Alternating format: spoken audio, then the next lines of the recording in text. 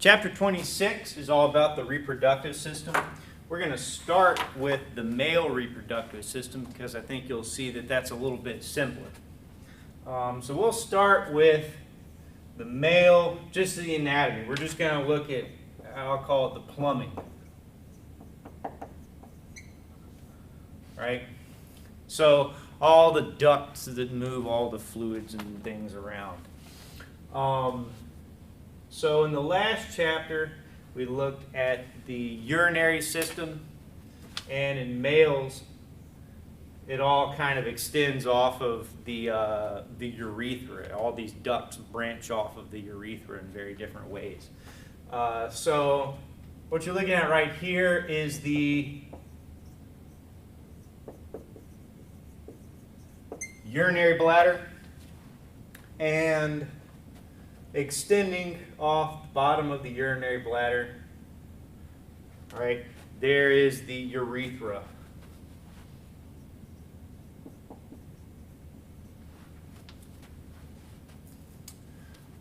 There's a gland that surrounds the urinary bladder a gland that surrounds the urethra just below the urinary bladder. It's about the size of a ping pong ball in healthy males. That is the prostate. Where did I label it? Okay. Put it right here. And we'll go into all the stuff that these glands and ducts do later on, but right now I'm just going to give you the general layout of all the duct work. All right, and there are two ducts that join up with the urethra right in the middle of the prostate, called the ductus deferens or vas deferens. Got one on one side and one on the other. So this is the vas deferens or ductus deferens. We'll just call it vas deferens. So you've got one on that side and then one on the other side. And what they're doing is they're carrying sperm from the testes to the prostate and the urethra.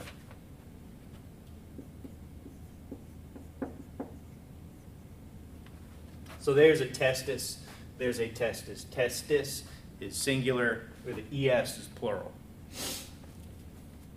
All right.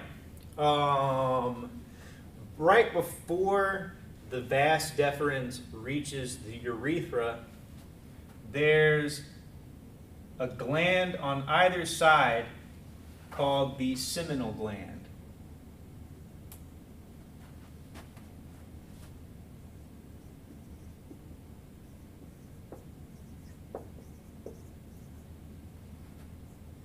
All right, so there's a seminal gland, there's a seminal gland, and the stretch of ductwork between the seminal gland and the prostate, right here where the seminal gland joins up with the vas deferens, this stretch right here, from here to here, is called the ejaculatory duct.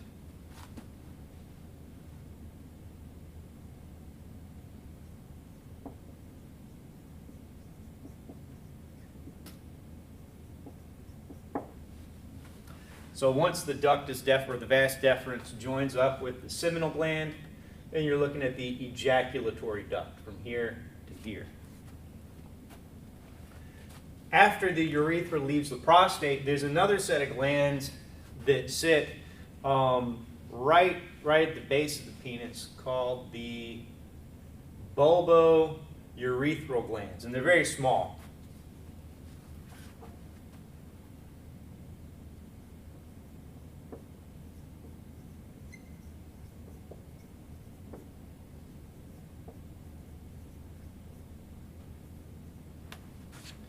There they are. And that does it for the male reproductive system, just ductwork. So now what we're going to do is we're going to look a little bit closer at the testes and look at their structure and how they do what they do.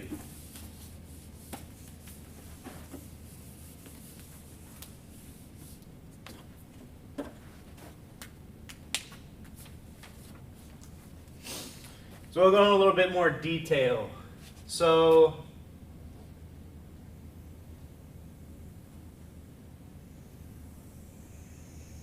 the testes are roughly ovoid, egg-shaped. There is a layer of connective tissue that surrounds them called the tunica albuginea.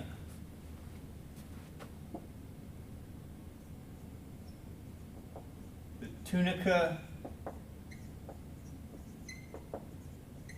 albuginea, right there. And then sitting on the outside of that is another layer of connective tissue called the tunica vaginalis.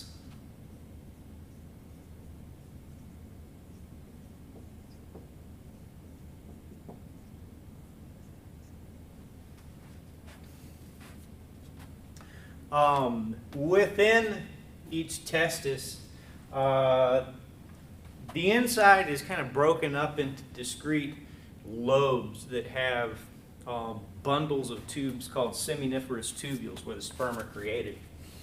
But they're not symmetrical. So on one side of the testis, you'll see a lot of these lobes, and on the other side of the testis, there's a different kind of structure to it.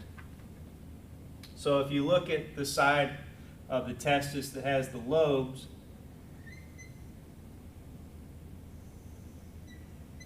it's kind of broken up into these discrete lobes that have a duct leaving one end.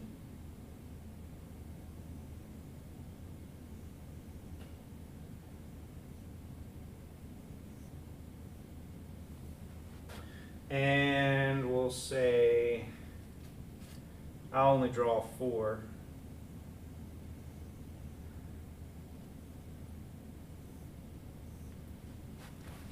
There we go. That's good enough. All right, these are called testicular lobules.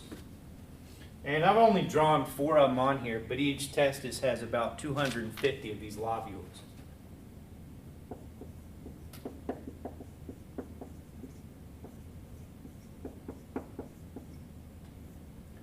So you got about 250 per testis.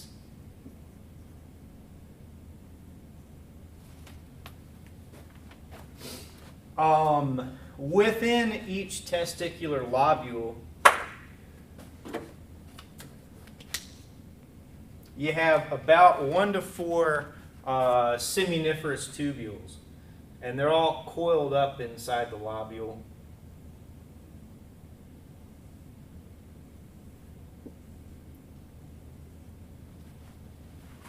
These are seminiferous tubules, and you got about 1 to 4 per lobule. And this is where the spermatogonia are created, or the spermatids, I should say. These little tubules right here at the end of the testicular lobules, these are called the straight tubules.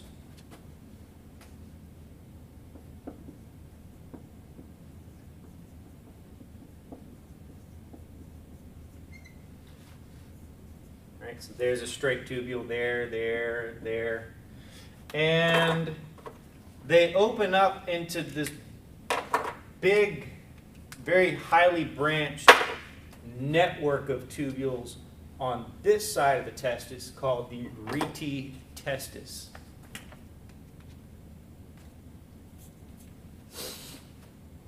And so I'm just going to kind of denote it with a checkerboard pattern to show you all the branching and interlacing network of tubules right there. This is called the rete testis. Oops, try again.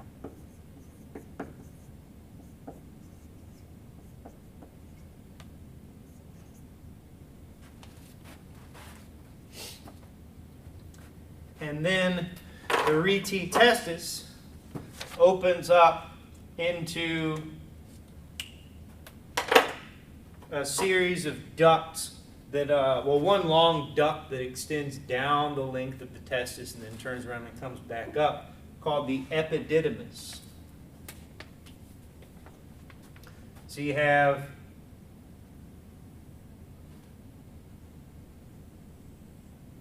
a series of ducts that extend off this side of the testis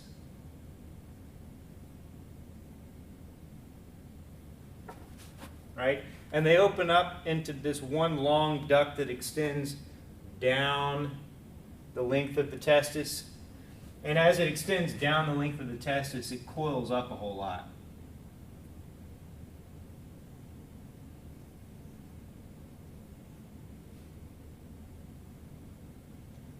And this is called the epididymis. So it coils down one side, and just for the sake of simplicity, I'm not going to draw both sides of it, so we'll just say it does the same thing over here. This is called the epididymis. I don't know why I did this. And we'll say it extends up here.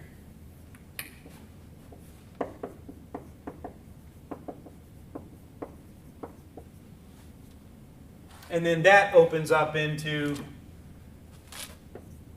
the vas deferens.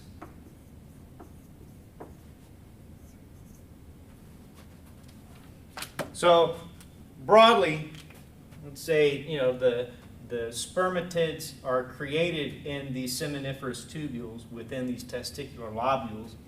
And then they'll go through the straight tubules into that big branching network of tubules called the rete testis. And then from there, they'll go into the epididymis, where they do their final maturation before they make it to the vas deferens and then out to wherever they go. And so they'll stay in here in the epididymis for about 20 days before they're fully mature.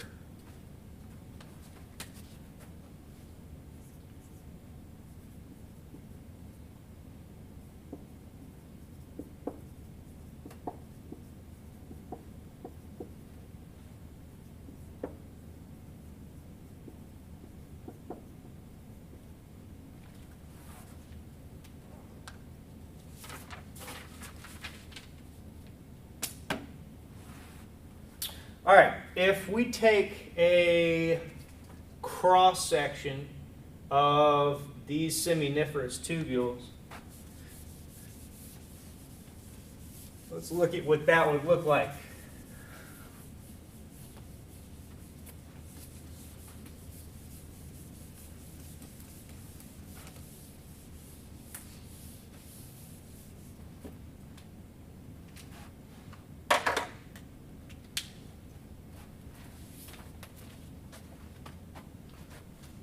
So we're looking at the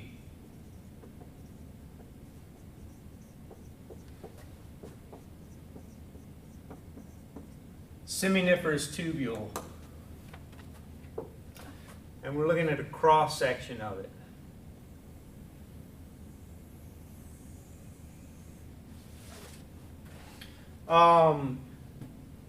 Around the edges of the tubule, right, just inside this basement membrane, is a population of cells called spermatogonia. And these are the stem cells that create sperm. And they just hang out right around the edge of the seminiferous tubule. Again, these are called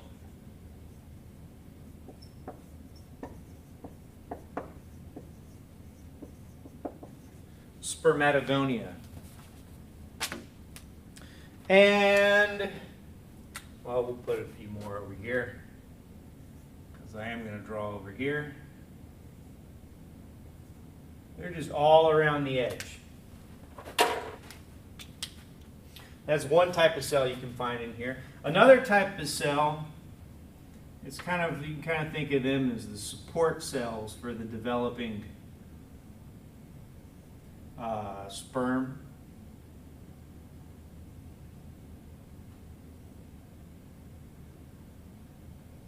These are Sertoli cells.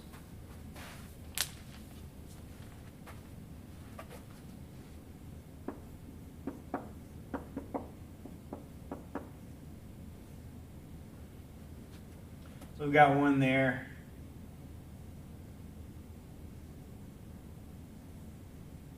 And we've got one over here.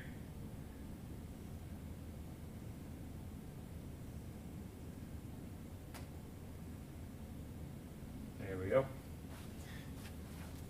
And so these are just like support cells that provide metabolic support to the developing spermatids. And so as these spermatogonia divide and develop into mature sperm cells,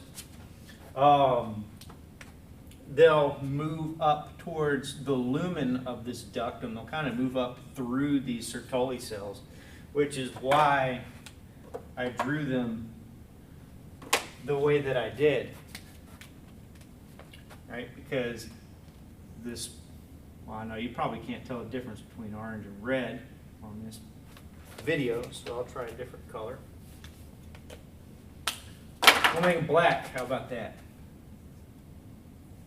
So these are just developing spermatozoa, moving their way up through the Sertoli cells and developing and maturing.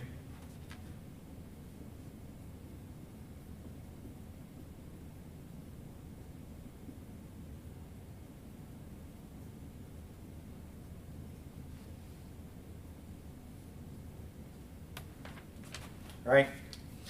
And by the time they get up here into the lumen, then they start to look a little bit more like the cells that you probably recognize as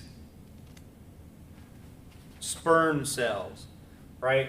But I want you to understand that the word sperm is just kind of it's a shortening of like 4 different words: spermatozoa, spermatogonia, spermatids, spermatocytes, right? So just saying sperm is not specific enough. You need to specify which stage of development you're actually talking about. So these are spermatozoa right here.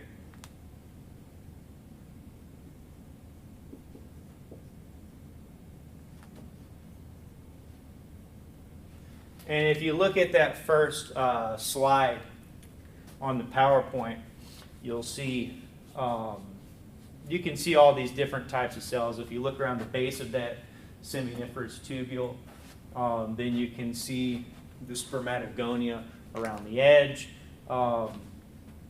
If you know what a cell that is actively dividing looks like, right, then I'm not going to worry about you knowing what that actually looks like. But if you do know what it looks like, you can look at that picture and you can see the ones close to the edge that are very clearly going through division, right? And then if you look up towards the lumen of that tubule, then you can see the spermatozoa with their flagella sticking out into the lumen and their heads buried here in the Sertoli cells. There are a couple of other types of cells around the edge of this seminiferous tubule. One type is called a Leydig cell.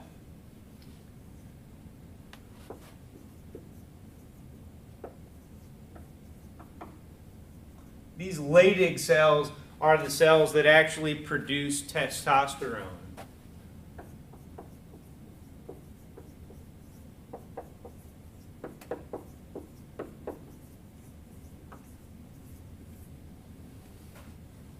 So these cells right here, Leydig cells, they produce testosterone, and they just kind of sit in an areolar connective tissue matrix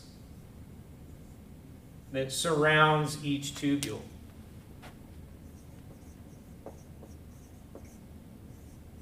That's areolar connective tissue. And there's also cells that kind of look like smooth muscle. They kind of act like smooth muscle, but they're not exactly smooth muscle. That's why they're called myoid cells. So they kind of look smooth muscle-ish.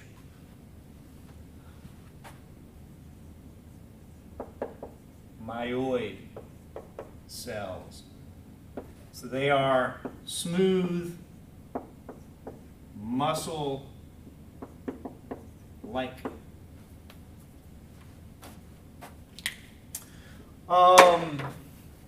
Yeah, so the next two slides, I think, we look at them. Yeah, the next two slides I'm not going to go over here.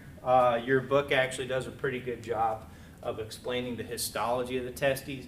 I just had two more slides showing different degrees of magnified seminiferous tubules. But that's something that you can kind of go over on your own time and learn the histology just from the book, because the book does a pretty good job of explaining all that. So we'll skip ahead to the next slide, the one with the text for diploid, haploid, and gamete. These are just three definitions I didn't want to write on the board. Because what we need to understand, or you need to understand, at least on a very basic level, is this idea of haploid and diploid cells. So if you advance to the fourth slide on the PowerPoint, there's just three definitions there that I didn't want to write on the board. Diploid, haploid, and gamete. So what you need to understand on just a superficial level is this idea of diploid and haploid. So you may remember from high school biology, if you were paying attention, you may remember that most of the cells of your body have two sets of chromosomes. So humans have 23 pairs of chromosomes. So that's a total of 46 chromosomes. They have one set that they got from their mother, right? One set of 23 that came from the mother, and then one set of 23 that came from the father. And then those 23 they pair up. So you have 23 pairs, and for each pair, one of them came from the mother and one of them came from the father. So a cell that has, that full 23 pairs of chromosomes, that is a diploid cell because it has two full sets, one set from the mother and one set from the father. Whereas a haploid cell has only one set of chromosomes. And we denote diploid and haploid with these abbreviations. Diploid is 2N, haploid is N or 1N. And in this case, N just refers to the number of chromosome pairs, right? So for humans, we've got 23 chromosome pairs, N equals 23, right? So in a human, a diploid cell has 2N chromosomes. N is 23. That means a human diploid cell has 46 chromosomes. So 2N and N just refer to the number of chromosomes in that cell. So a haploid human cell has 23 chromosomes, and a diploid human cell has 46. So, the cells in your body, most of them, right, all of them that are diploid, have two sets of chromosomes, one that came from the mother and one came from the father. And those were donated in the form of gametes. So the gametes from your father are spermatozoa, right? So these are haploid cells. So they have one set of chromosomes, and that haploid cell fuses with the gamete from your mother, which is an oocyte. They fuse together, combine all their genetic information into one diploid cell that has one set of chromosomes from the mother and another set of chromosomes from the father. So the cell that's caused by that fusion of the two gametes is called a zygote. And so it's a diploid cell that's created by the fusion of two haploid cells, one male gamete and one female gamete. And so that diploid zygote can then divide and multiply and grow up into another human. So we're going to give you a brief overview of the cell cycle and then talk about meiosis, which is how these gametes are produced. So this is the quick and dirty version of meiosis, or this is quick and dirty version of mitosis, right? So we're going to look at mitosis first and then look at the difference between that and meiosis. All right, so what you're looking at here is a diploid cell that only has one pair of chromosomes. Humans have 23 pairs of chromosomes, but for the sake of this example, we're only looking at a cell that has one pair of chromosomes, just for simplicity. So this is a diploid cell, right? 2N. It's got 2 sets of chromosomes. And these are called homologous chromosomes. And when the cell gets ready to divide, it will replicate its DNA.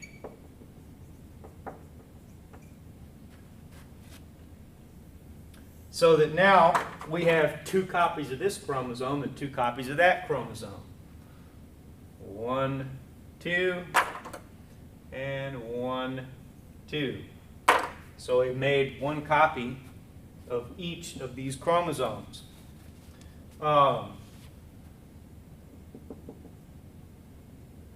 These 2 right here, these 2 identical copies of this chromosome are called sister chromatids. And when the cell goes through mitosis, again, this is mitosis, not meiosis.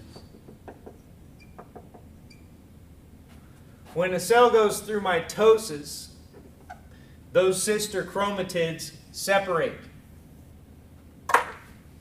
Right? So this is mitosis, where the cell splits apart. These 2 sister chromatids will separate. One of them goes here, and the other one goes down here. Same goes for these 2 sister chromatids. They also separate. So what you end up with in mitosis is 2 daughter cells that are genetically identical to the original cell. Right? We started with 1 cell, replicated the DNA, and then split apart the sister chromatids, so that now we have 2 cells that are genetically identical. So that's mitosis. That's how cells divide and multiply and reproduce themselves. But in mitosis, you start with a diploid cell and you end with 2 diploid cells that are identical. In meiosis, it's a little bit different because you're going to start with a diploid cell and you're going to end up with 4 haploid cells that are not identical. So in meiosis, it's a little bit different.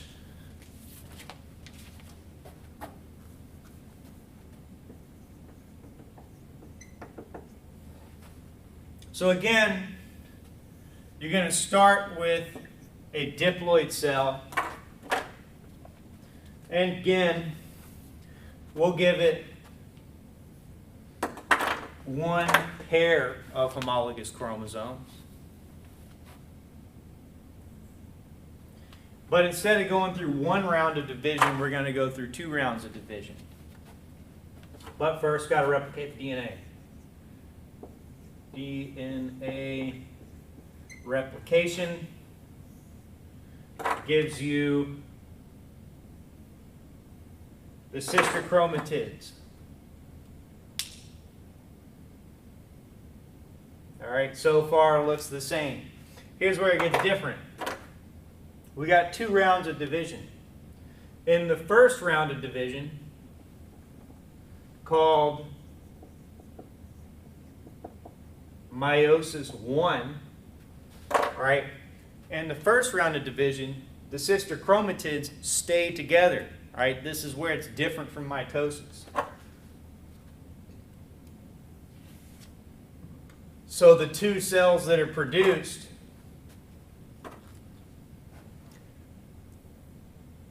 each have a pair of sister chromatids. The homologous chromosomes have separated. All right, so in meiosis 1,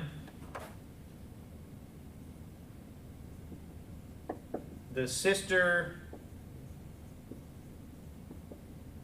chromatids stay together. And then in the second round of division, which is called meiosis 2, all right, we'll just do ME for meiosis. In meiosis 2, now the sister chromatids will separate. So these 2 separate, one goes here and one goes here. And then these 2 separate, one goes here and another one goes here. So now what you have is 4 haploid cells instead of 2 diploid cells like what we got with mitosis. So in humans, in mammals, most animals, what this produces is a type of cell called gametes, right? So in males, it produces spermatozoa. Each one of these could be a spermatozoa. Each one of these could be an oocyte. So yeah, these right here are your haploid gametes. In males, it's spermatozoa. And in females, it's called an oocyte.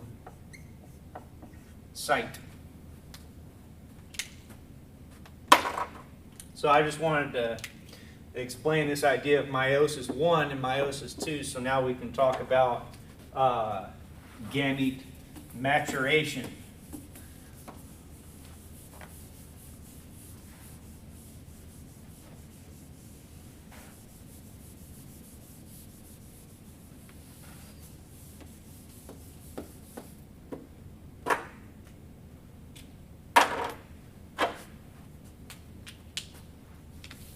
All right, so back to our spermatozoa maturation. They're going to go through mitosis to give you 2 different cells. One of them is just going to be a spermatogonia. All right, so these are stem cells. They can differentiate. They can divide and differentiate into 2 different types of cells. They can stay spermatogonia, or they can develop into a primary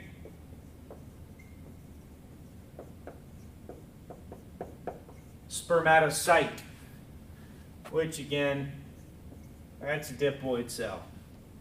And these primary spermatocytes are what can go through meiosis,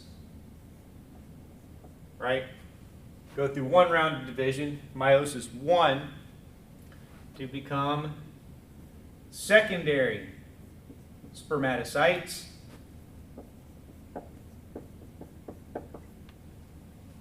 and then the secondary spermatocyte can go through another round of meiosis, meiosis 2, to become a spermatid, which is haploid. And the spermatid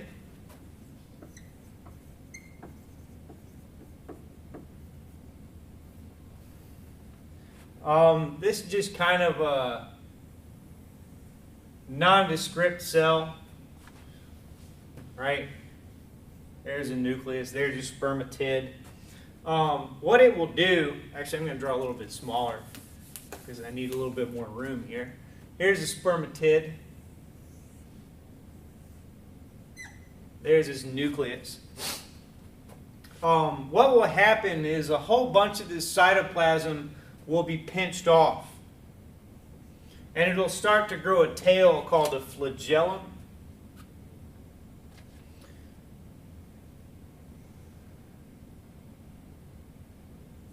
So there's a nucleus. And so a lot of the cytoplasm will be pinched off. And it'll start to grow a flagellum. So this is excess cytoplasm, because these cells have got to be lean and mean, right? They can't be weighed down by all this excess cytoplasm. And then it'll develop into its final form called a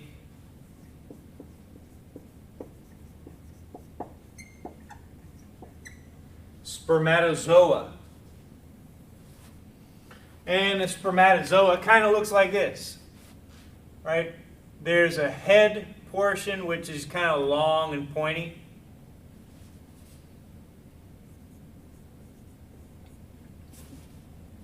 And then there's a mid piece which is roughly cylindrical.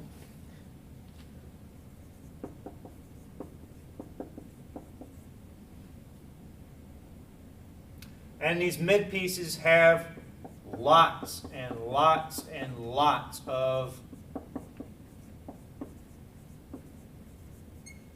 mitochondria.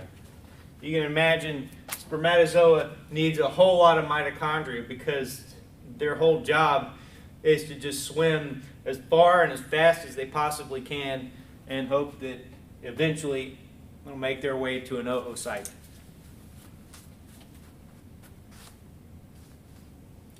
And then there's a long flagellum off the back side.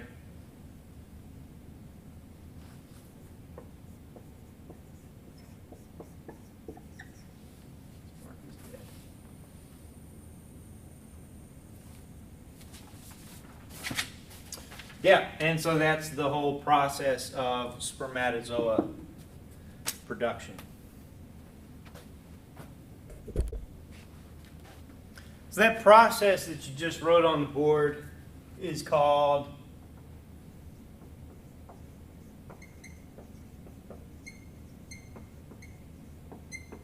spermatogenesis, right? It's the process of creating spermatozoa. And it is regulated, not surprisingly, by hormones. So we can look at the series of hormones and you'll see that there's actually a negative feedback loop that controls this, just like with a lot of things that are regulated by hormones. So it all starts at the hypothalamus, not surprisingly. So the hypothalamus releases a hormone called GnRH, gonadotropin releasing hormone. You learned about this back in chapter 15. GnRH acts on the anterior pituitary, causes the anterior pituitary to release two hormones: follicle stimulating hormone and luteinizing hormone. Follicle stimulating hormone promotes that process of spermatogenesis. So this is what drives the production of spermatozoa. So follicle stimulating hormone acts on those cells, the stem cells. spermatogonia. And it causes them to go through spermatogenesis. So this is what drives gamete production in males and females. But right now we're just talking about males. Luteinizing hormone acts on those cells, the peripheral cells around the seminiferous tubules that we talked about.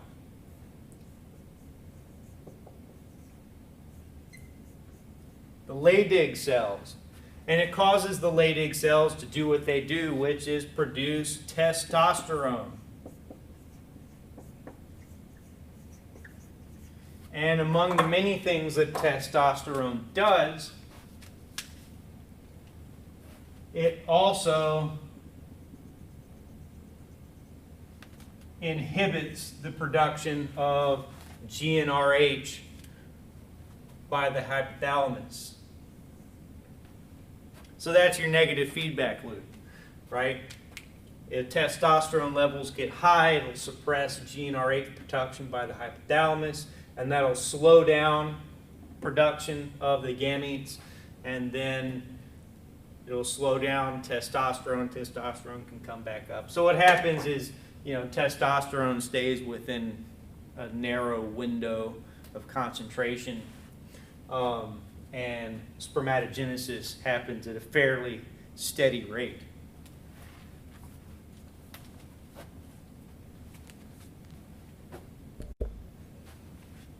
All right, so you'll probably remember when we were looking at the overall ductwork of the male reproductive system, there were a number of accessory glands.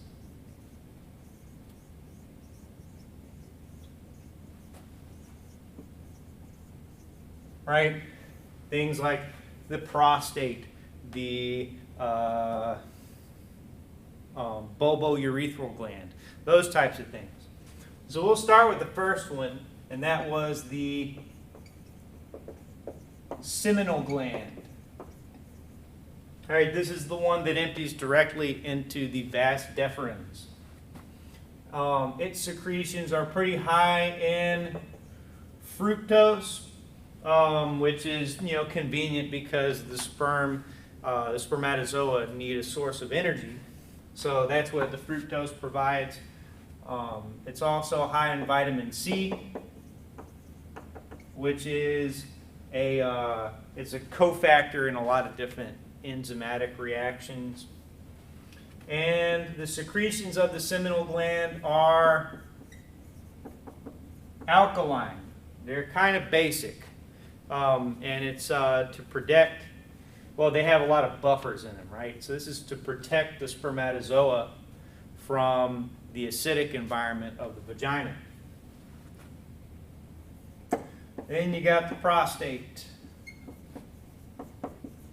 I'm actually going to draw the prostate over here because it has kind of an interesting arrangement to it, right? Remember I said the prostate is about the size of a ping pong ball,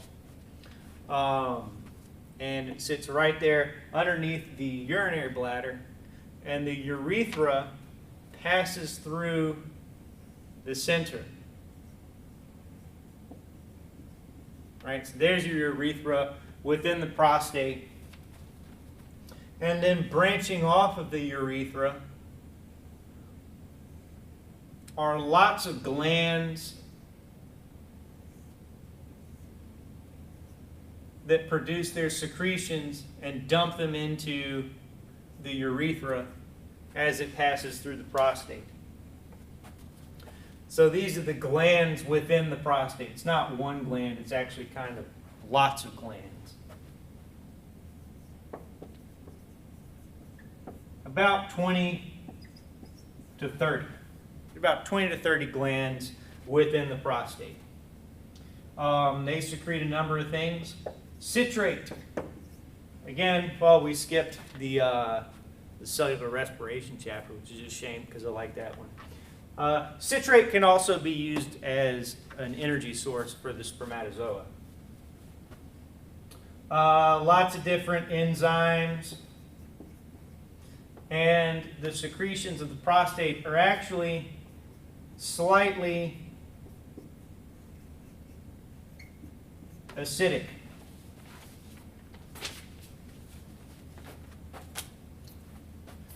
All right, and then the third gland,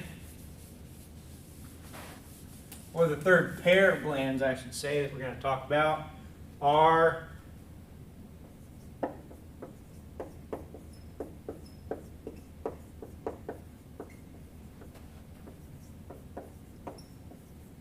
the bulbourethral glands. These secrete a mucus,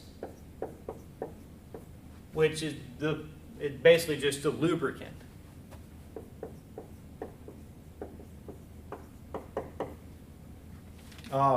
And the secretions of the bulbourethral glands, like the seminal gland, are slightly alkaline. And again, this protects the spermatozoa from the acidity of the vagina.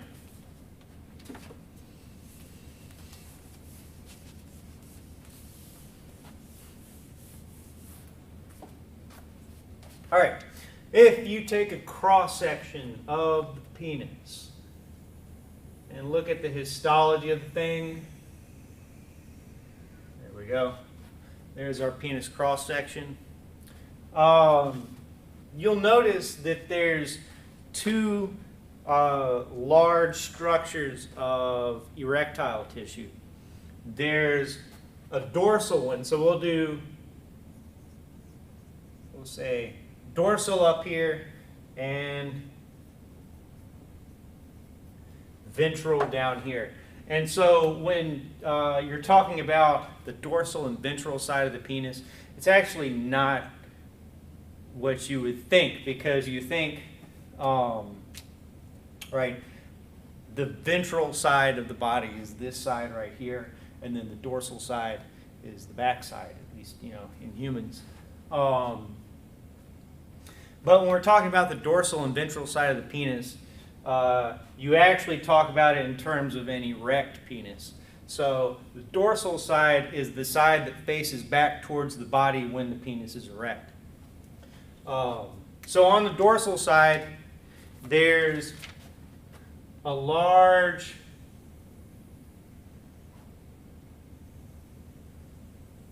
tissue called the corpus cavernosum. This is erectile tissue. It's mostly vascular and it can fill with blood.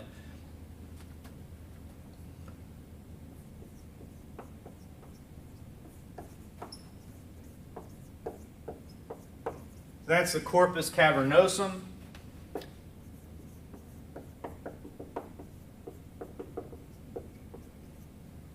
It's made of erectile tissue, and there are blood vessels.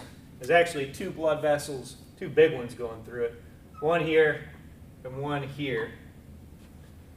Right? And then the rest of it is basically just like lots and lots and lots of capillaries. There are also blood vessels that run on the dorsal side called the dorsal blood vessels.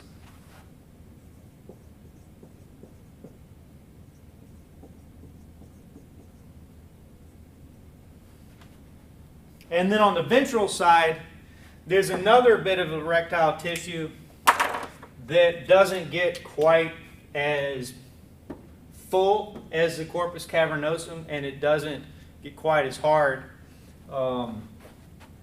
That is the corpus spongiosum. And it's a good thing that it doesn't get that hard, because this is the tissue through which the urethra passes. So it needs to remain, at least a little bit pliable so that, stuff can still pass through the urethra. So there is the corpus spongiosum, which is also erectile tissue, and the urethra passing through it.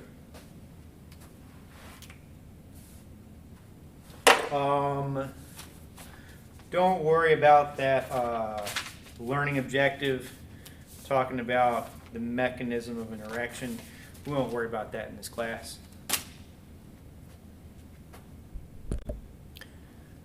So that'll do it for the male reproductive system. Here you're looking at the overall morphology of the female reproductive system. And kind of the centerpiece of the whole operation is this structure called the uterus. The uterus has a connective tissue lining around the outside called the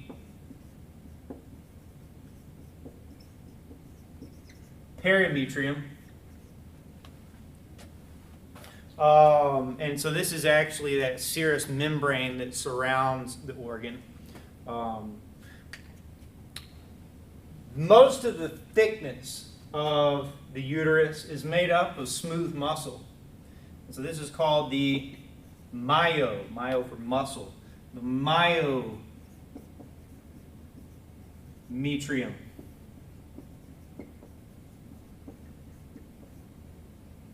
All right, that's most of the thickness of the uterus. On the inside, there is another layer called the endometrium. It's what I have in red here.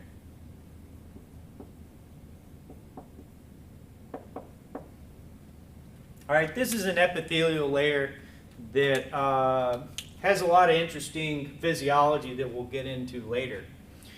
We'll see what else. On either side of the uterus, you have these long tubes called the fallopian tubes or ovarian tubes. All right, one here, one here. At the end here, they open up into the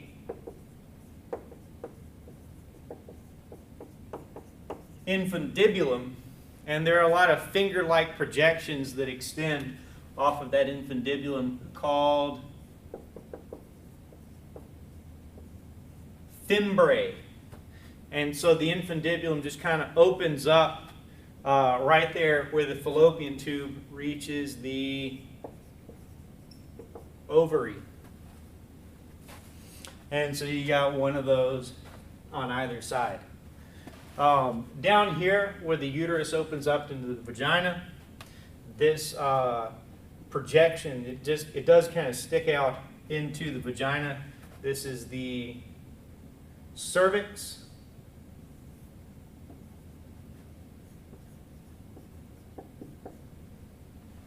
And then this channel right here is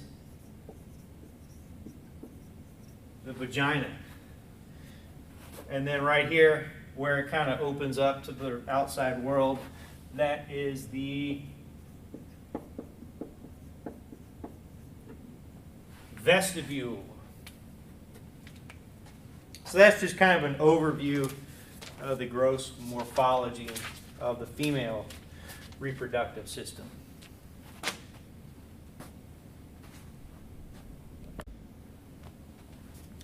So now we're going to talk about the process of gametogenesis in females. And since the gamete that's being produced is called an oocyte, this process is called oogenesis. And it starts with a stem cell called an oogonia, right? That's our stem cell. And then that will divide via mitosis, right, to make more oogonia, as well as a cell called a primary oocyte. So this is still a diploid cell, but it's a diploid cell that's prepared to go through meiosis to produce oogonia. And so here's a little bit different between males and females, because this part of the process right here actually happens before birth. Right? So at the time, so it starts happening before birth, and it'll actually continue during early childhood. And by the time a woman begins ovulating, this part is over. So at the event that we call menarche, a woman has about 200 of these primary oocytes per ovary, right?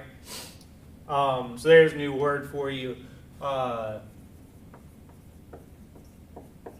Menarche is just when a woman begins ovulating.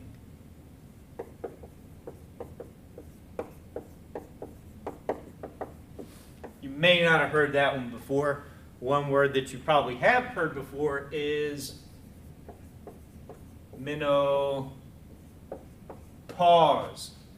right? That's when a woman stops ovulating.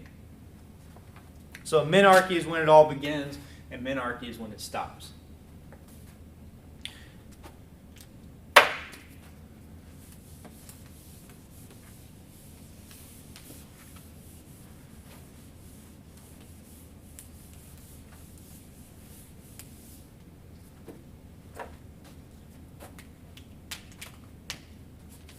So beginning at puberty, the process picks up again. All right? Starting at puberty, one of those primary oocytes can go through meiosis 1. One of the cells produced by meiosis 1 will become a secondary oocyte, right? And the other cell that gets produced by meiosis 1 doesn't go anywhere at all, right? It just becomes what we call a polar body. And it's basically just a vestigial cell that's attached to the outside of this oocyte. Right? It's just all the leftover crap.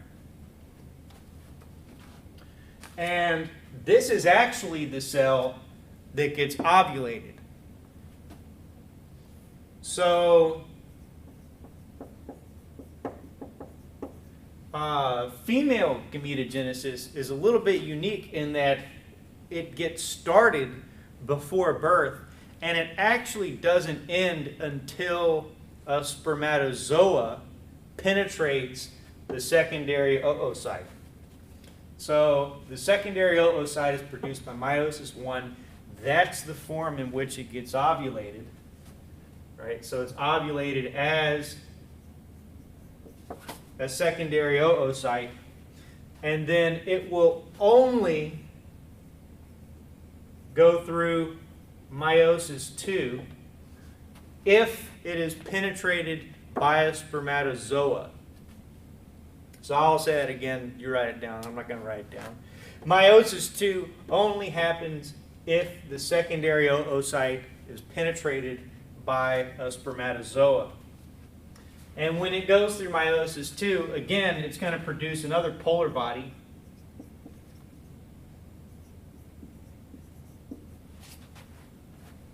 And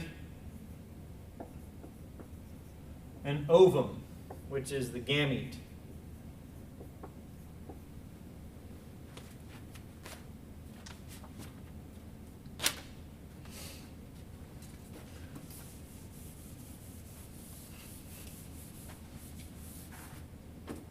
So most of this process is happening in that structure called the ovary. All right, this is the female primary reproductive organ. That's a definition I haven't given you yet. Primary reproductive organ. Primary reproductive organ is just the organ that produces gametes. So in females, the primary reproductive organ is ovary. And in males, the primary reproductive organ are the testes.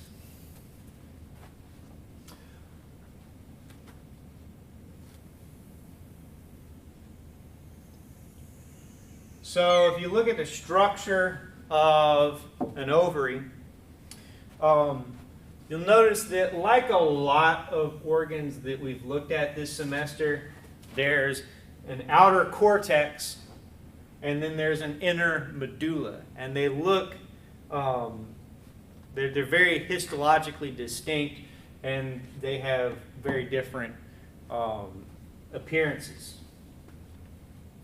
So in the cortex, that's the outer part, you have a lot of developing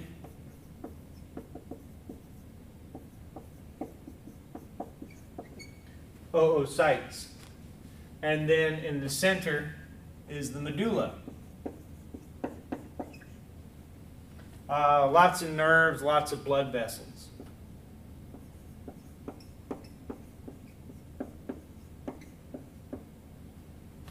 So nerves and blood vessels in the medulla, and then the developing oocytes in the cortex. The outside, kind of like with the testes, has a layer of connective tissue called the tunica albuginea.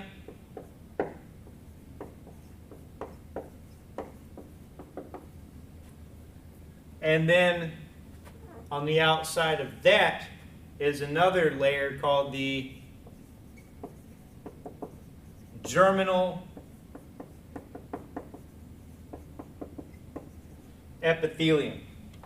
And this is actually just, again, that serous membrane. So it's the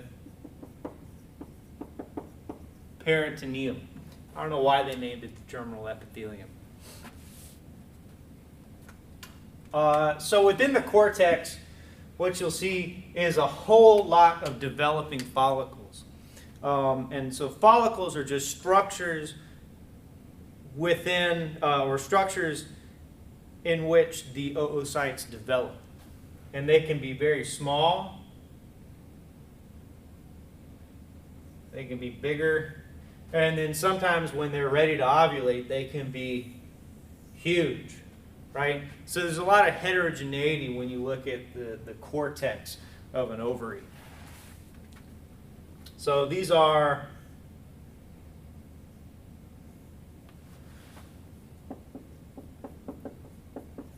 follicles at various stages of development. And so we'll look at all the different stages of development of the follicles. But just bear in mind that a follicle is just a structure in which an oocyte is developing.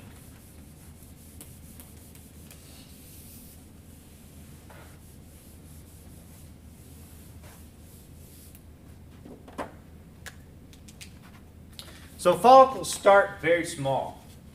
They start as structures that we call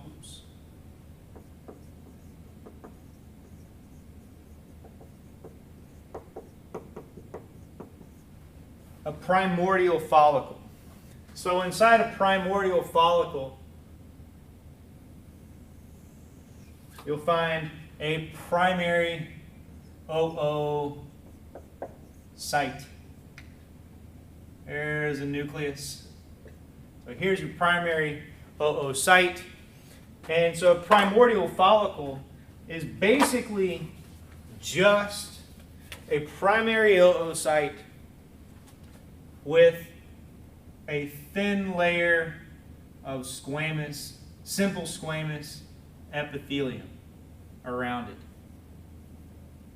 And these squamous cells are called follicular cells.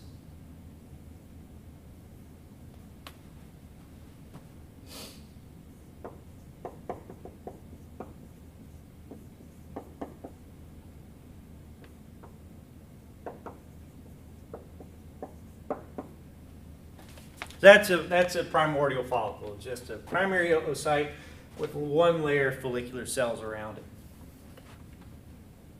As that oocyte develops, right, When a primordial follicle gets recruited to develop into a more mature follicle, it will develop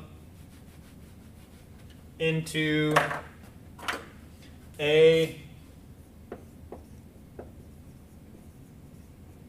primary follicle.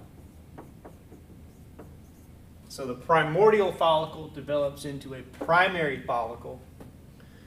And a primary follicle has an oocyte, still primary oocyte. It's a little bit bigger. And here's its nucleus. But the follicular cells start to grow.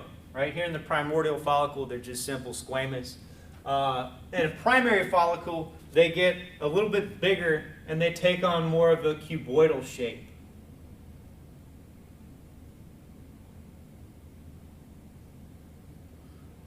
I'm just going to do it like this, save time.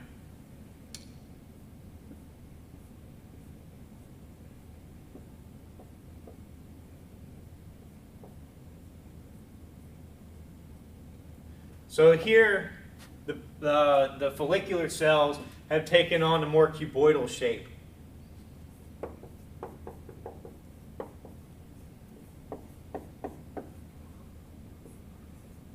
So now they are a simple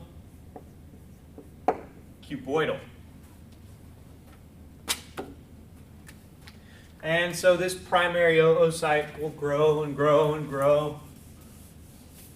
And as it grows, the follicular cells are going to proliferate and divide and divide and divide. And you're going to see more and more follicular cells. And eventually, they will get to the point where you have 2 layers of follicular cells around the oocyte.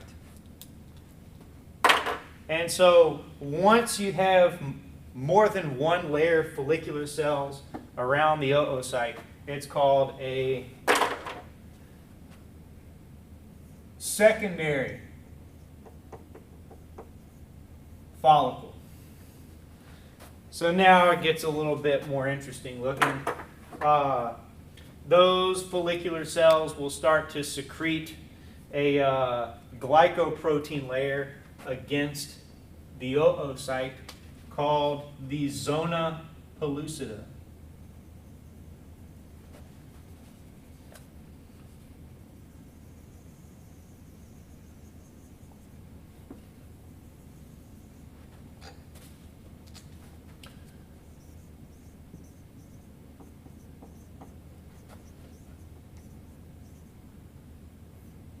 So this is just a glycoprotein layer.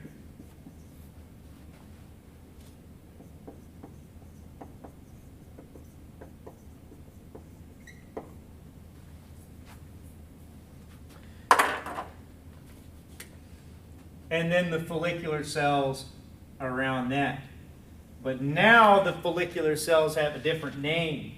Now that we have 2 layers of them, and we're looking at a secondary follicle, these are called granulosa cells. So I'm not going to draw this layer of granulosa cells all the way around the cell because that would take way too long. I'm just going to draw them in this one section right here. Right? So these are the granulosa cells. Just going to erase our primary follicle over here. And label our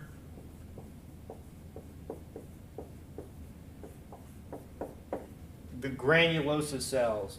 These are the cells formerly known as follicular cells.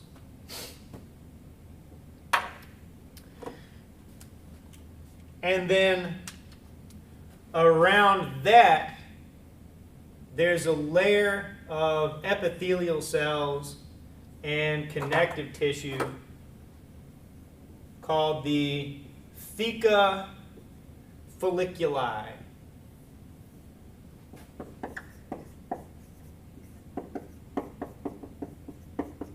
The theca folliculi. It's just a layer of connective tissue and epithelial cells.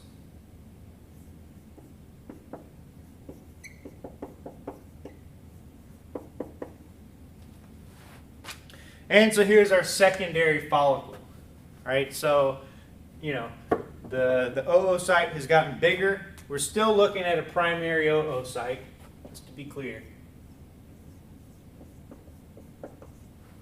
So a secondary follicle still just has a primary oocyte, right?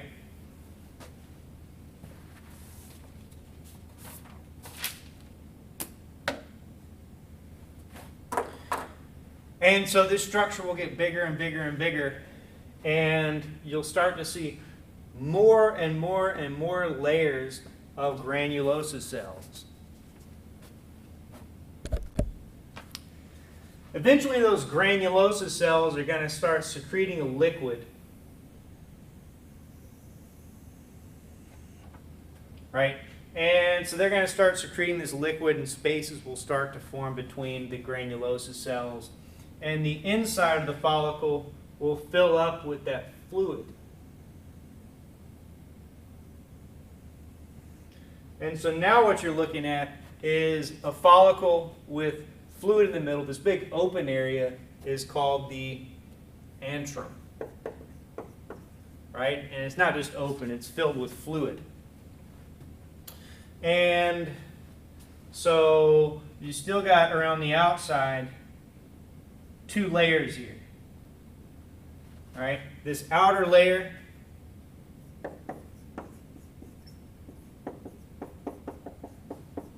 there's your theca folliculi, and then within that is the granulosa cells. But now there's a whole bunch of layers of granulosa cells, and they'll actually form a stalk that extends up into the follicle, into the antrum.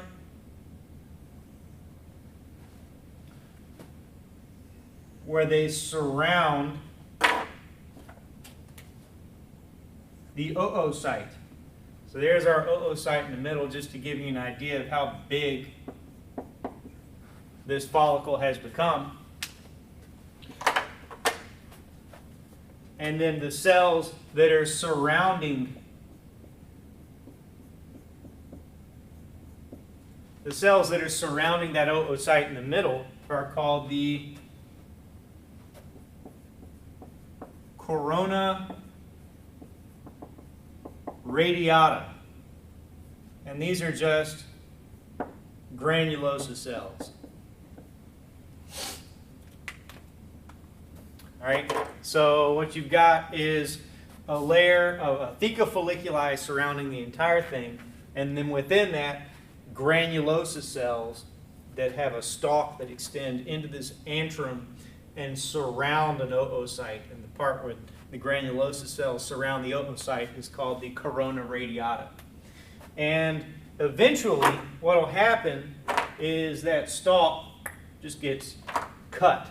And so now the oocyte with the corona radiata can just float around inside this follicle. And so there's actually 2 names for these follicles. One is vesicular follicle, another one is an antral follicle.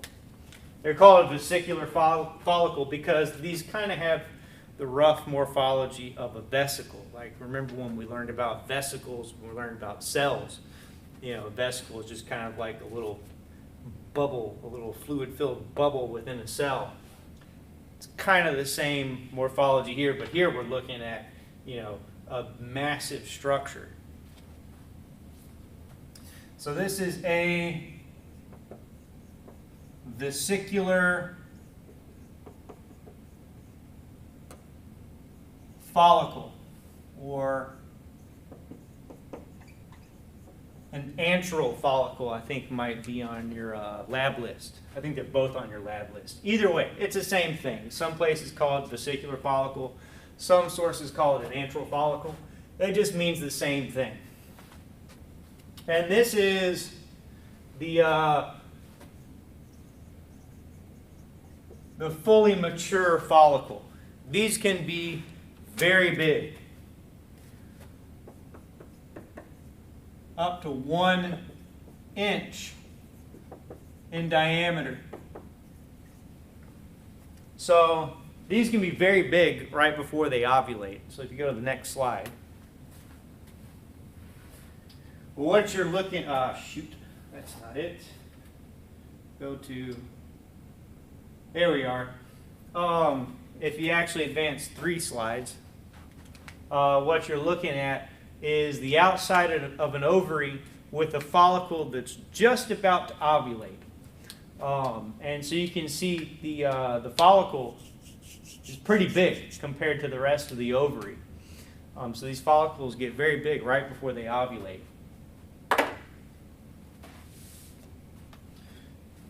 And so that's the next thing that we'll talk about here, is the event of ovulation.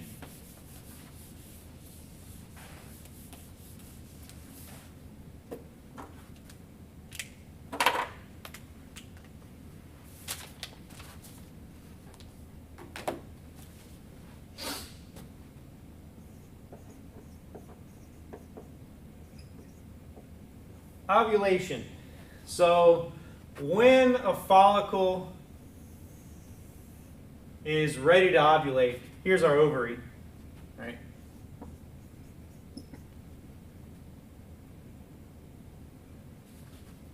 The follicle will start to press up against the side of the ovary. So here's our vesicular follicle, right, with the oocyte pressing up against the edge, and eventually it'll rupture. So the outside of the follicle will rupture, and the oocyte gets ejected out of the ovary. So I should label all this stuff.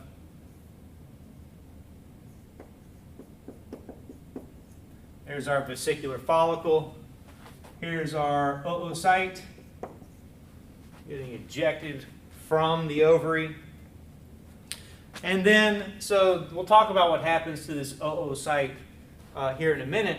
But right now I want to talk about what happens to the follicle after ovulation, because it doesn't just go away. It actually has a very important job after ovulation. It will develop into a structure called a corpus luteum, or luteal body.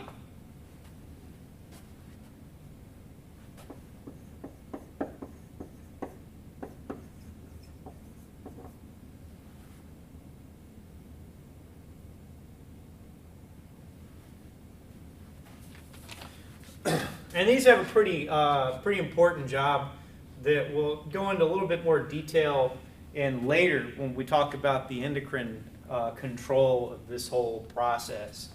But the luteal body, for now, just think of it as an endocrine structure.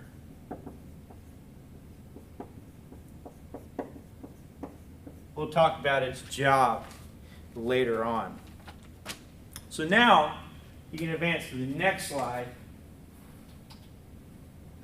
And, all right, here's what you're looking at. This is just a vesicular follicle. We're not going to spend too much time talking about this.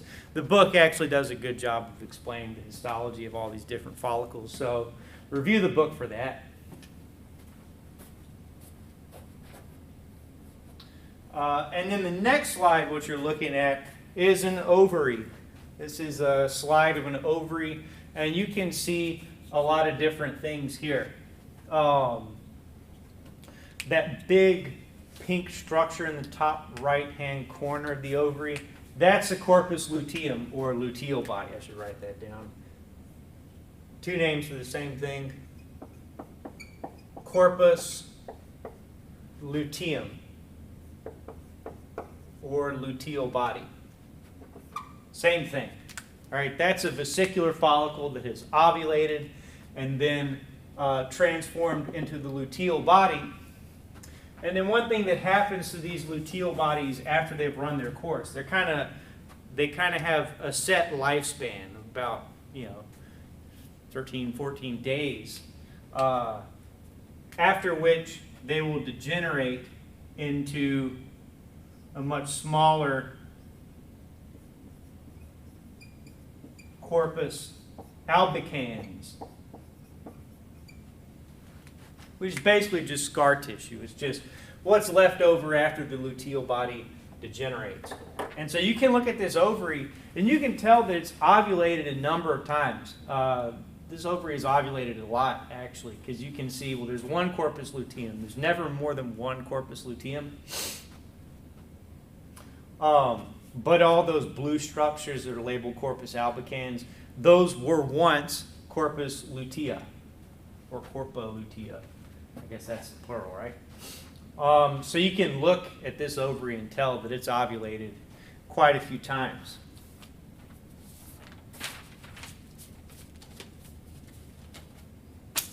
So we're going to finish the female anatomy, reproductive anatomy, and then we'll go into the hormonal regulation of all this, because there's a pretty interesting, complicated hormone dance that goes on to control all of this. But we're going to worry about the anatomy now. We're just going to finish that up.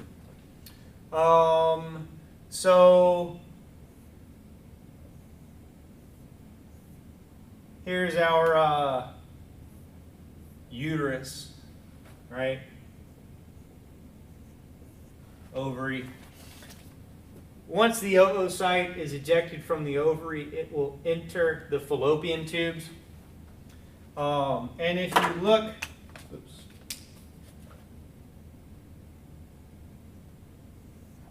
if you look at the structure of the epithelium within the fallopian tube, it's all simple columnar, but it's ciliated. So there are a lot of cilia on the apical surface of this simple columnar epithelium within the fallopian tube, and those cilia just constantly beat and constantly wave back and forth to kind of push the oocyte along through the fallopian tube towards the uterus. And if you look at the lining of the uterus, I told you we'd come back to talk about that endometrium, because the endometrium is pretty interesting. All right. So let's start off with the epithelial layer of the endometrium. This is what we're drawing.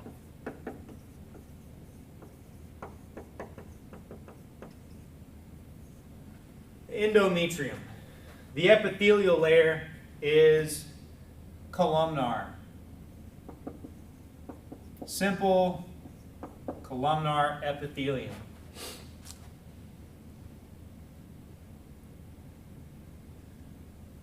And there are very deep glands that extend down through the endometrium. Right? There's deep invaginations of that simple columnar epithelium.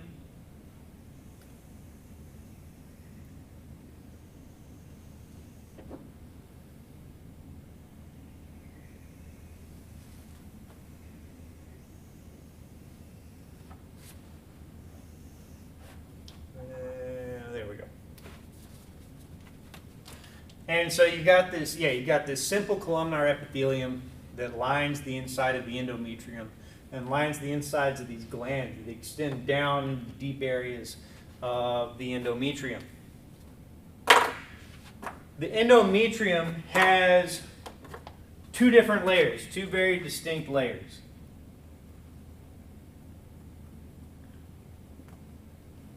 Or strata,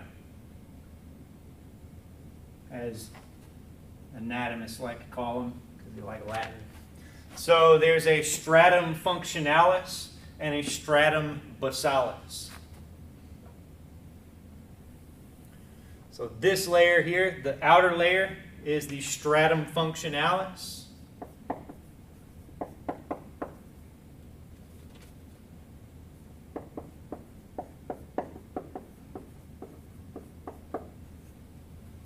This is the stratum functionalis. It's from the apical layer of the epithelium all the way down here. And you'll see that the glands actually extend down into the lower layer, which is called the stratum basalis. And I should label this gland. It's a uterine gland.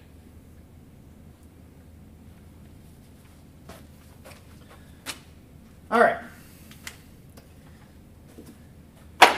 So if you look at the blood supply through the stratum basalis and the stratum functionalis, there are uterine arteries down here in the stratum basalis. We'll label them uterine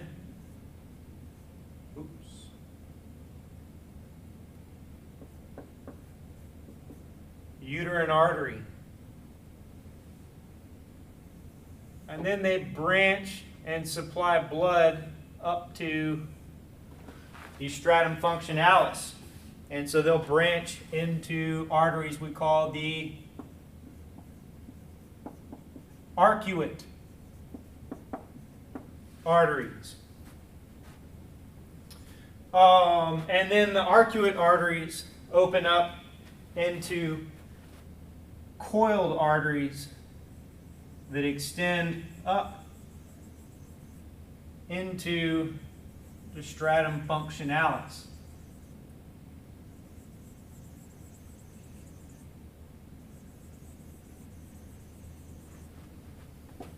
These are called the coiled arteries, and that's what supplies blood to the tissue of the stratum functionalis.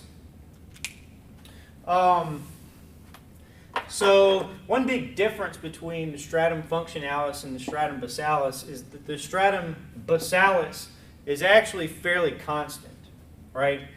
But the stratum functionalis can go through different periods of being very thick and then very thin. And so about once a month, due to just changes in hormone levels, the smooth muscles surrounding these coiled arteries will constrict. And so when these coiled arteries constrict, it'll cut off blood supply to the stratum functionalis, and then this tissue will just die and it will slough off.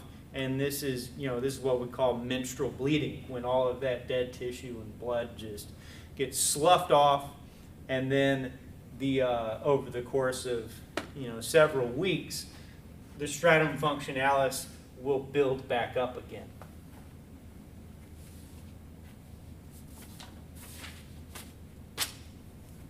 So we'll come back to that hormone stuff in a little bit.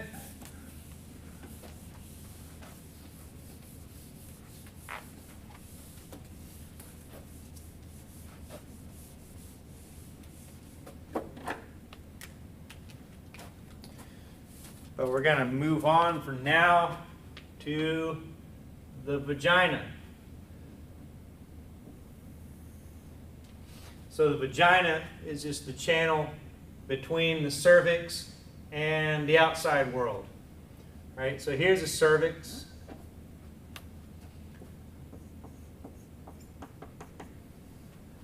This is the vagina. If you look at the structure of the vagina, there are rugae along its entire length. Similar to what you see in the stomach, but not nearly as pronounced as what you see in the stomach.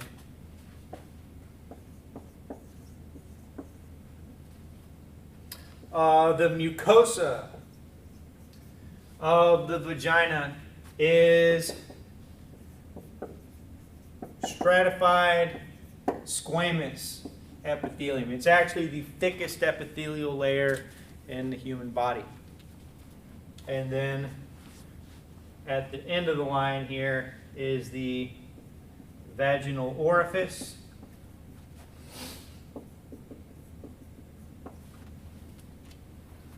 And I think the next slide is the external genitalia. Well, no, the next slide is just more views of the ovaries.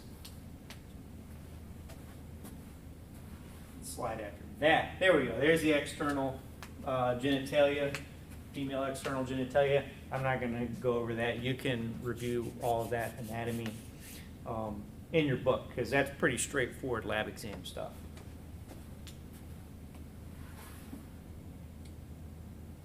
I do want to point out the erectile tissue that surrounds the vaginal orifice, also known as the clitoris. It's actually homologous to the erectile tissue in the penis.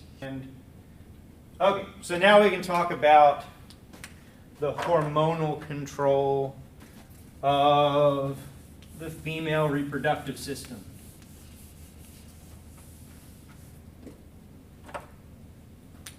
So, there are two cycles. There are two cycles that we need to keep track of here. There's an ovarian cycle, and then there is a uterine cycle.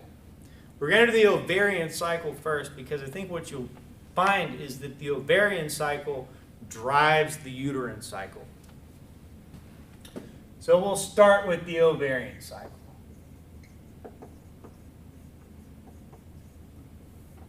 There are two phases to the ovarian cycle. There is a follicular phase and a luteal phase.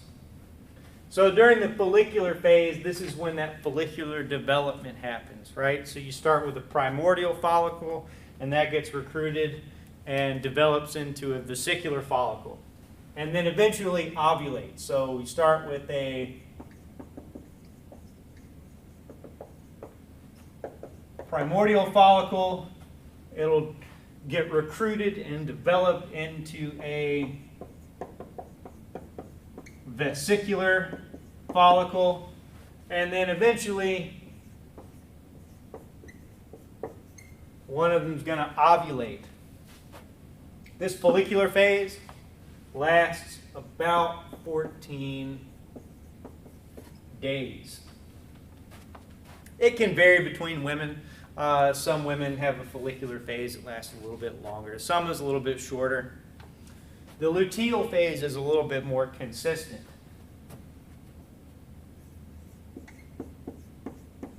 It's called the luteal phase because this is the phase after ovulation when the corpus luteum is doing its thing.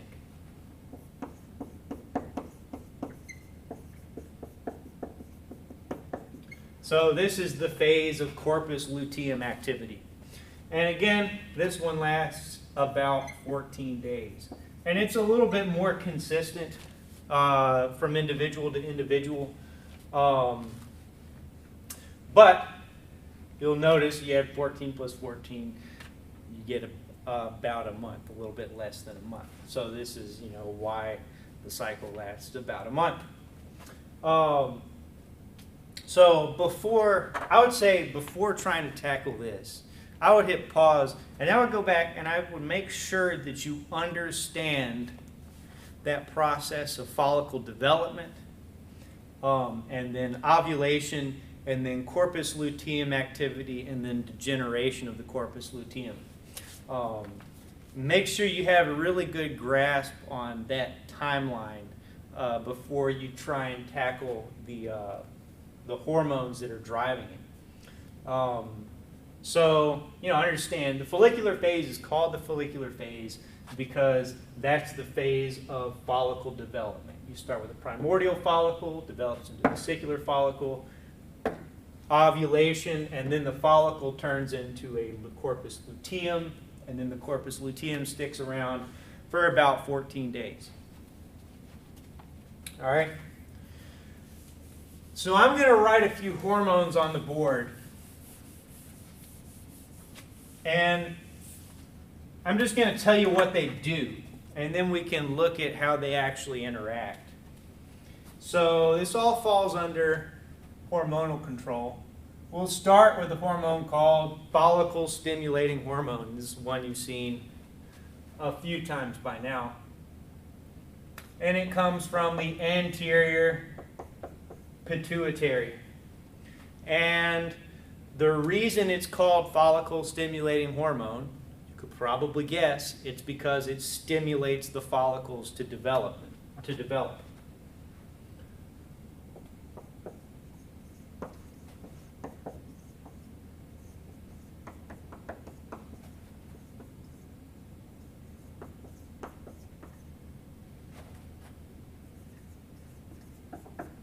So follicle stimulating hormone promotes follicle development.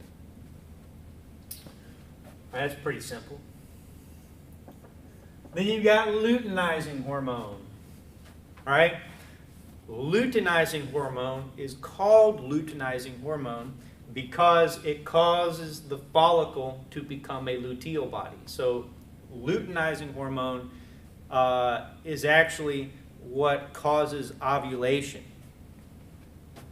Again, this one's coming from the anterior pituitary. Here's where it gets a little bit interesting because luteinizing hormone has one set of effects at a low concentration and then another set of effects at a high concentration.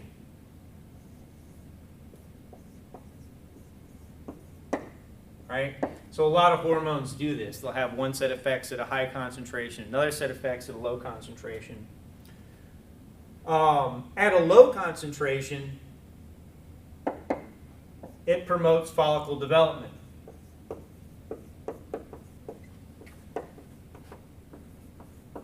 So at a low concentration, luteinizing hormone does the same thing as follicle stimulating hormone. But at a high concentration, it'll do something completely different. It'll actually cause ovulation. This is where it gets its name, luteinizing hormone.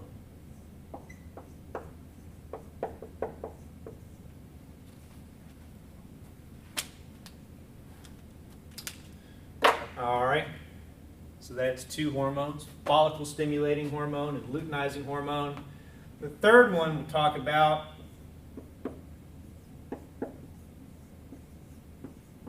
is estrogen.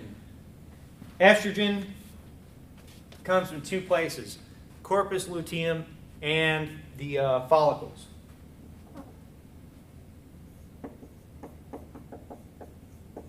Follicles and corpus luteum. That's where estrogen is produced. And estrogen is another one where it has a different set of effects at a low concentration and at a high concentration. So at a low concentration, it inhibits gonadotropin releasing hormone. Estrogen will inhibit GnRH at a low concentration. But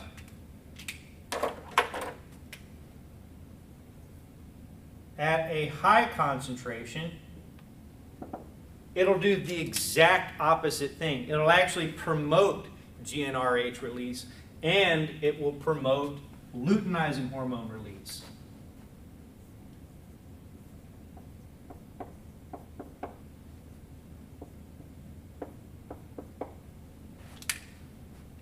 So at a low concentration, estrogen inhibits GnRH, but at a high concentration, it will promote GnRH release and luteinizing hormone release.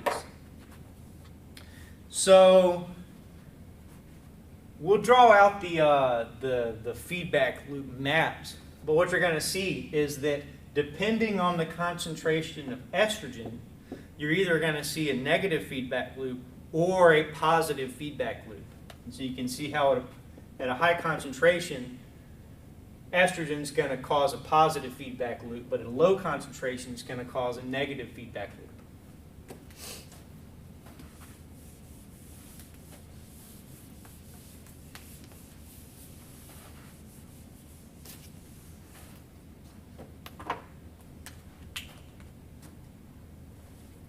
So let's start with what happens at a low estrogen concentration. All right. The hypothalamus will release gonadotropin releasing hormone. Gonadotropin releasing hormone acts on the anterior pituitary and causes the anterior pituitary to release two hormones: follicle stimulating hormone and luteinizing hormone. Both follicle stimulating hormone and luteinizing hormone at low concentration act on the follicles and cause the follicles to develop and secrete estrogen.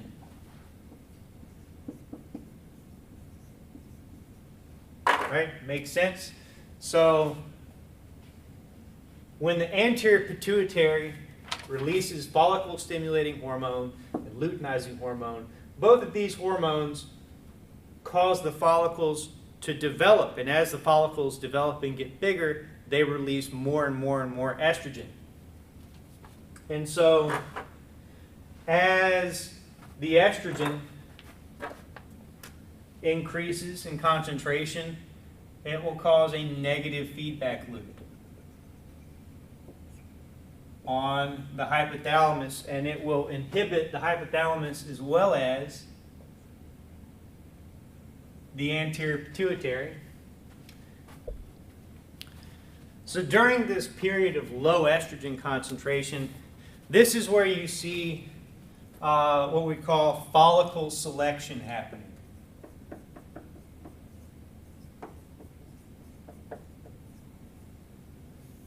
So during follicle selection, what will happen is the follicles will start to develop.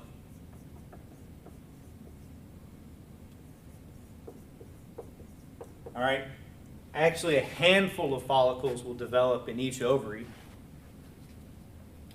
And as they develop, they release estrogen. So the follicles will develop and they will start producing estrogen. And so as the estrogen gets released, that will inhibit the anterior pituitary and the hypothalamus, and the follicle stimulating hormone levels will start to drop.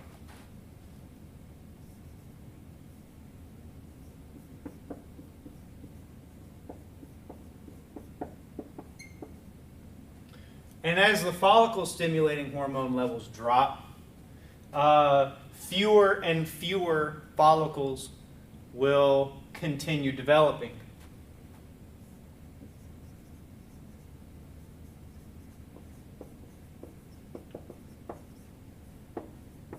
But the ones that are still developing will get bigger and bigger and bigger. And eventually, you're left with only one follicle.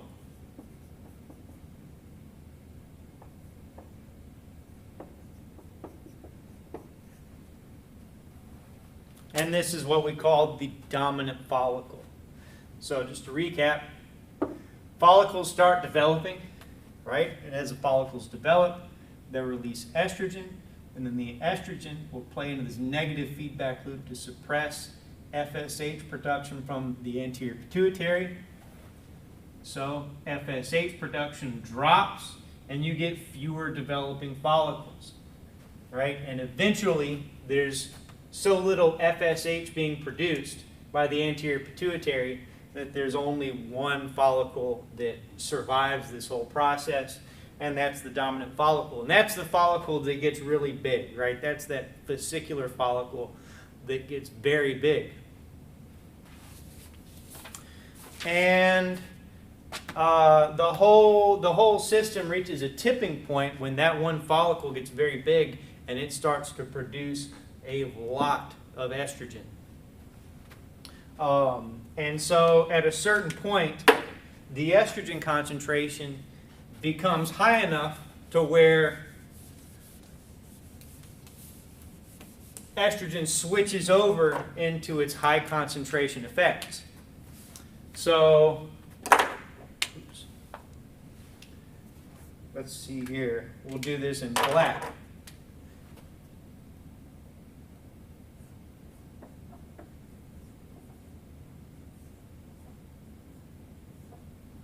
All right.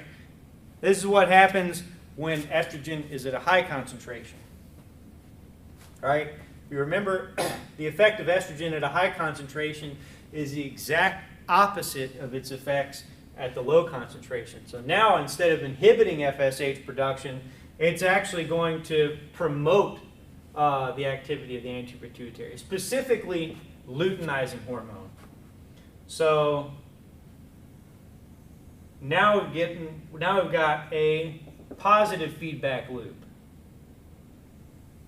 And you're actually going to get a surge in LH production.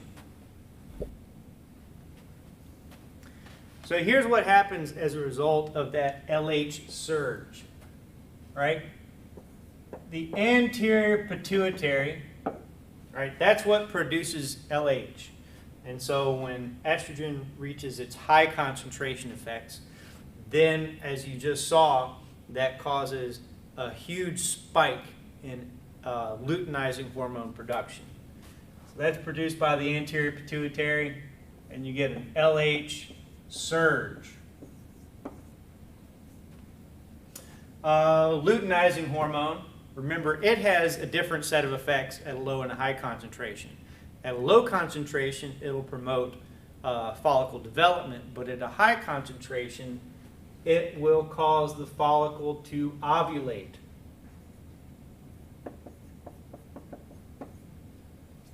So the follicle will ovulate,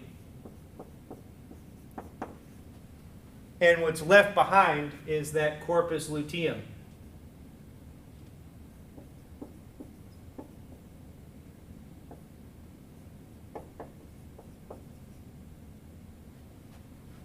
And the corpus luteum produces two hormones.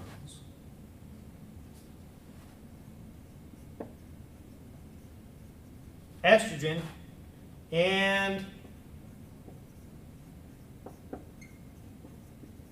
progesterone. And both of these hormones, when they're working together,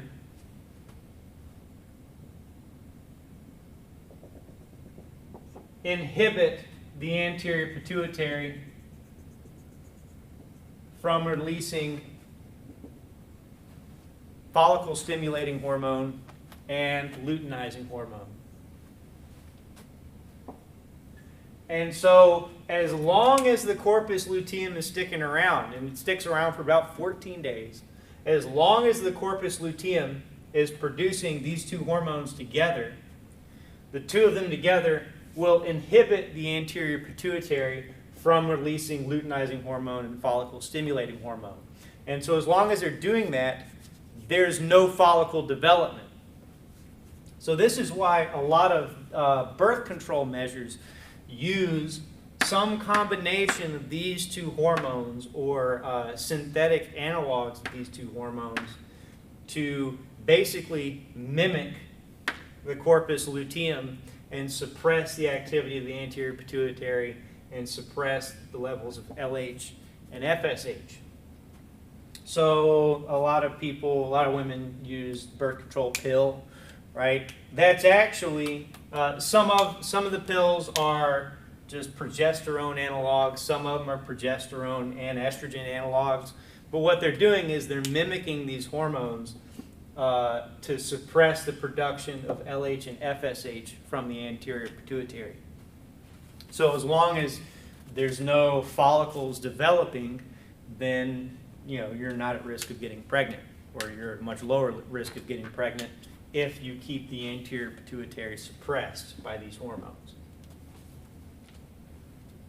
So I want you to take a good look. I want you to take a good look at the next slide. You remember when we looked at the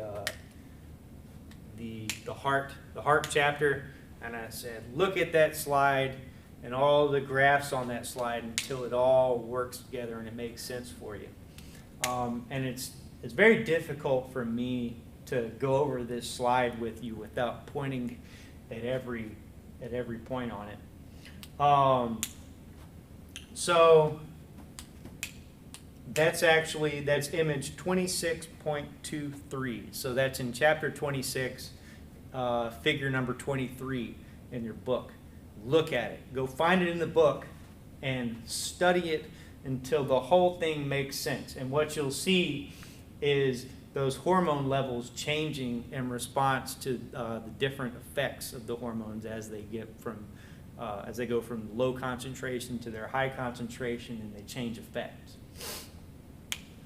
So yeah, I would say this is a really good review picture for the ovarian cycle and all those different hormone fluctuations, and it even shows follicle development, ovulation, and then corpus luteum activity and degeneration of the corpus luteum. Take a good long look at it early, and if you're confused by it, come to my virtual office hours and we can work it out. But yeah, make sure you understand every part of this figure, because it's a really good one at explaining everything that we just talked about.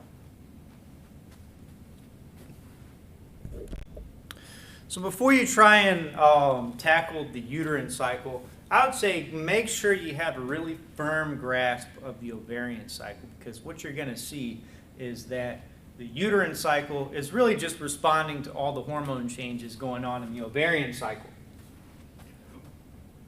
So here we go with the uterine or menstrual cycle.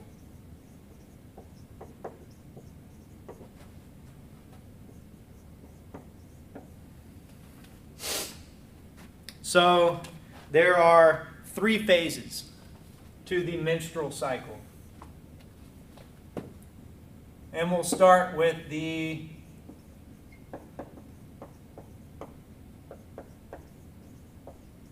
menstrual phase. This lasts about 5 days. So this is the phase during which the stratum functionalis is shed from the endometrium.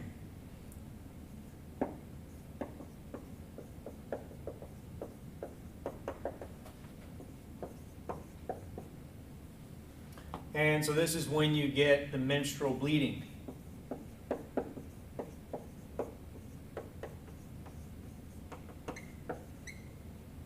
And the cause for the menstrual phase is that drop in estrogen and progesterone.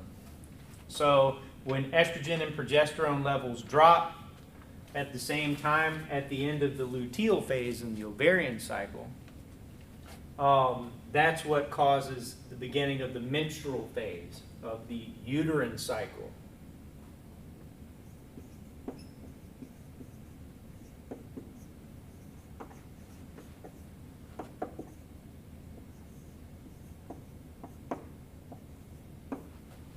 So this is caused by the drop in concentrations of estrogen and progesterone. And then the uterus enters the proliferative phase, which lasts about 9 days. And during the proliferative phase, it's called the proliferative phase because the cells of the stratum functionalis start to proliferate, and the stratum functionalis starts to regrow. So the stratum functionalis begins to regrow. And then you enter the secretory phase.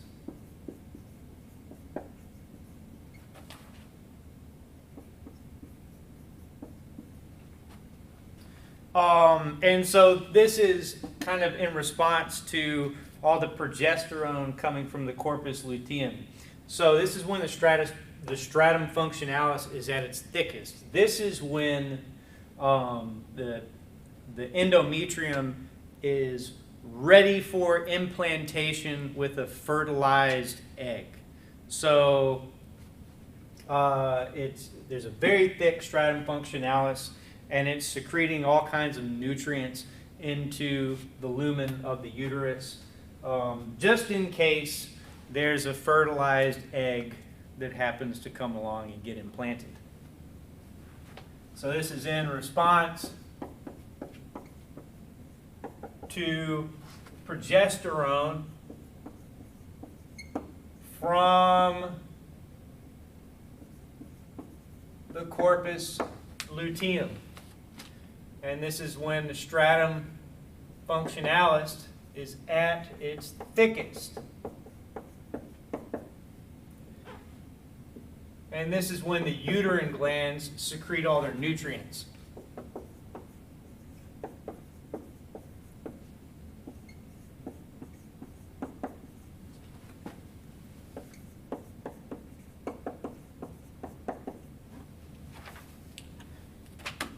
So this is where it would help to go back and look at figure 26.23 from your book, because I have that bottom area cut off on my image in the PowerPoint, but there's another image below this one that shows the thickness of the endometrium.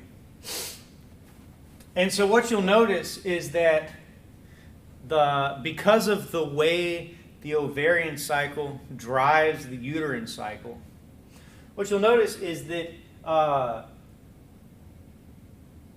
the period after ovulation, right, the 14 days after ovulation, those are the days during which you'll see implantation, right, from a fertilized egg, and the early development of that egg into an embryo.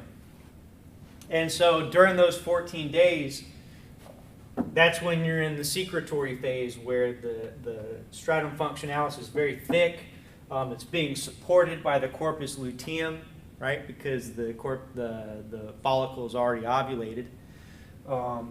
And during that time, the uterine glands are secreting lots of nutrients that can support that developing embryo.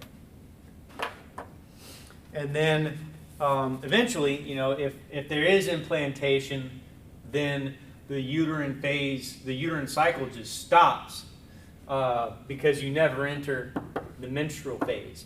And so that's why I say, you know, if you miss a period, might be because you're pregnant, because your uterine cycle stopped in the secretory phase and never entered the menstrual phase. And so one last thing I want to point out, if you look at the life expectancy of an egg in the uterus, the life expectancy of an egg in the uterus after ovulation is only about 12 to 24 hours. Not very long, less than a day, right? So after ovulation, if that egg does not get fertilized within a day, then it will die. But the life expectancy of sperm in the uterus is a lot longer, right? So for eggs, it's about 12, 24 hours. For sperm, it's about 5 days. So sperm can survive for about 5 days in a uterus, whereas egg can only survive less than a day. So there's really only about 5 days out of the month when intercourse can lead to a pregnancy, and it's the 5 days before and including ovulation. All right, the last topic for The reproductive system in females is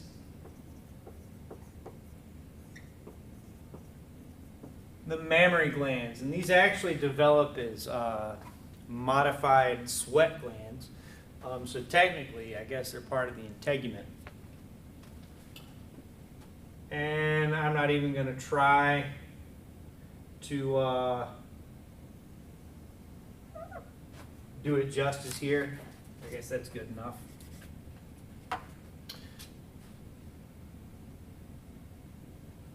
There we go. So here's our mammary gland. Just like with the testes, you'll see discrete lobes or lobules within the structure of the mammary gland. All right, so here's a lobe. And then each lobe has its own lactiferous duct that extends out through the nipple. So these are lactiferous ducts.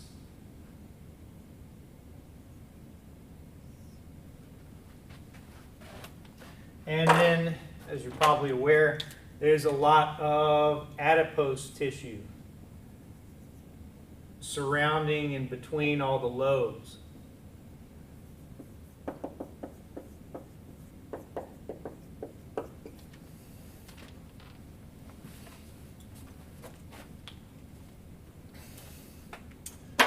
If you look at the anatomy of a single lobe,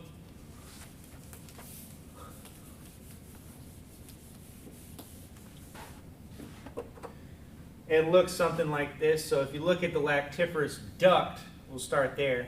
Here's the lactiferous duct. Lactiferous duct. Before it reaches the surface, it kind of balloons out, and there's a sinus right here called a lactiferous sinus.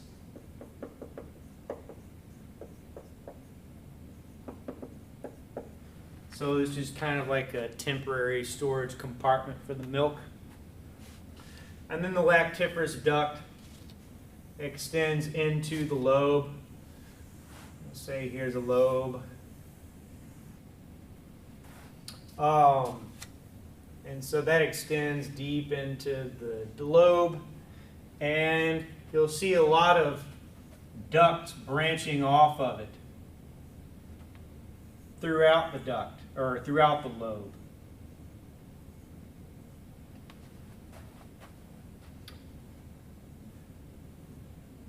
And each lobe has many lobules. So like here's a lobule, here's a lobule, here's a lobule. And each lobule